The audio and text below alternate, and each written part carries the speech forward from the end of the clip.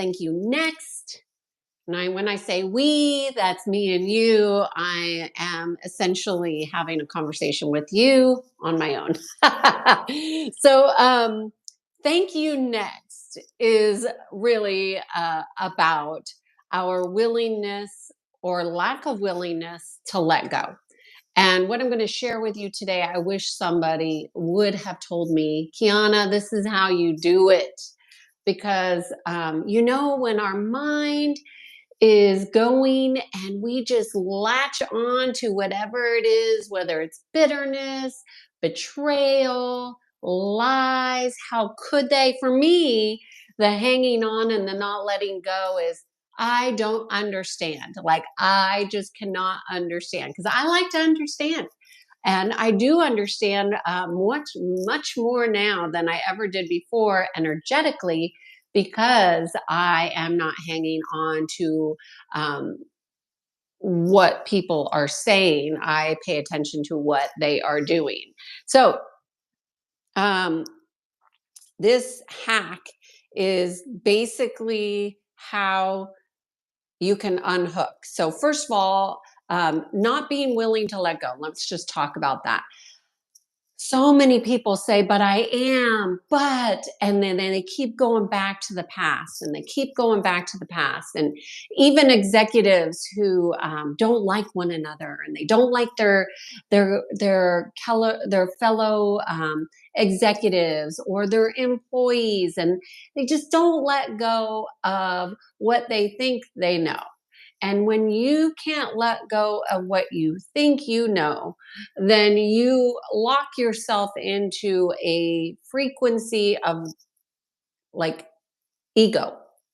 And so when we're talking about not being willing to let go, it's always going to be a function of the mind. Whether it's the lower ego or the higher ego, it's going to be a function of the ego. So here's my hack that I wish somebody would have told me that I'm telling you today, which is this is how you let go. You determine yourself how much more time, energy, effort that you are willing to allot to this particular thing. So let's just say you have somebody that betrayed you so horribly wrong. And we all have had that situation. Okay. So you're not alone with that. But you had somebody they did you dirty. They did you wrong. They talked about you in a poor way.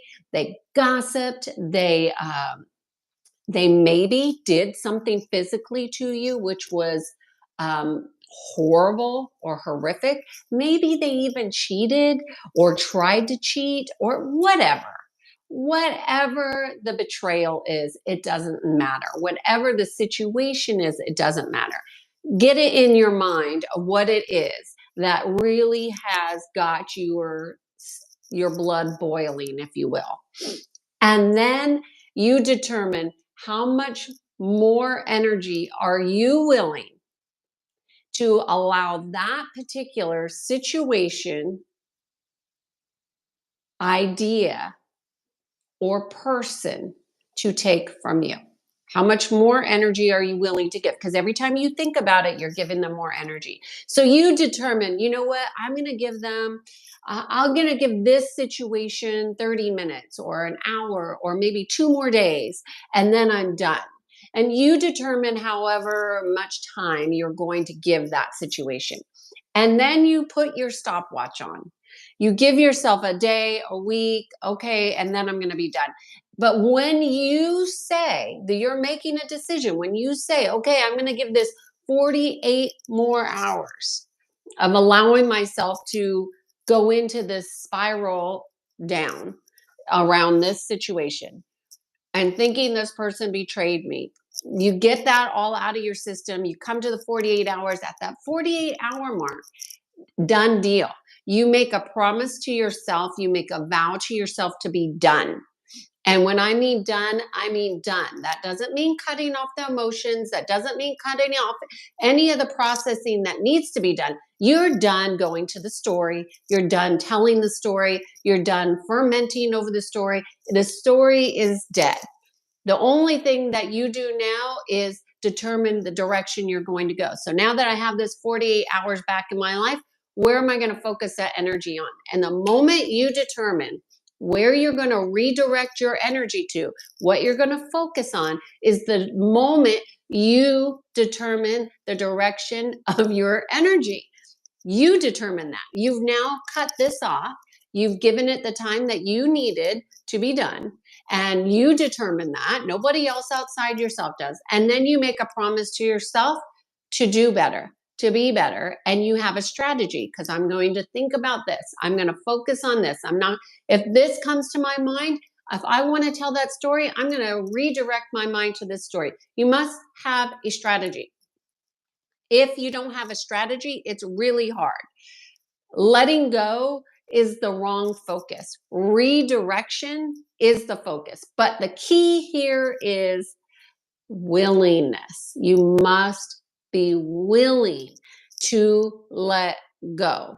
The lack of willingness is really what keeps people feeling stuck. They say, oh, Kiana, my energy feels stuck. The stuckness is always going to be your perception and your willingness. So, how willing are you to let go and move on? And then, what energy, what action are you putting in place to go in a new direction? Now, I don't know anybody who's saying those things. I never heard them. If you've heard them from somebody else, my question to you is, why didn't you put it into action? And if you did put it into action, what did you do? Leave the comments below. But for me, nobody was telling me how to let go. And I remember even having a dream. I had a dream about the hack of how to let go. And I wrote it down in the middle of the night, and it ended up being a bunch of scribbles. But the key is that letting go is not so much of a process as so much of a willingness to decide to redirect your energy. So I am Kiana Sage. I guide people to peace. I hope you found this helpful and useful, and have a great day. Bye.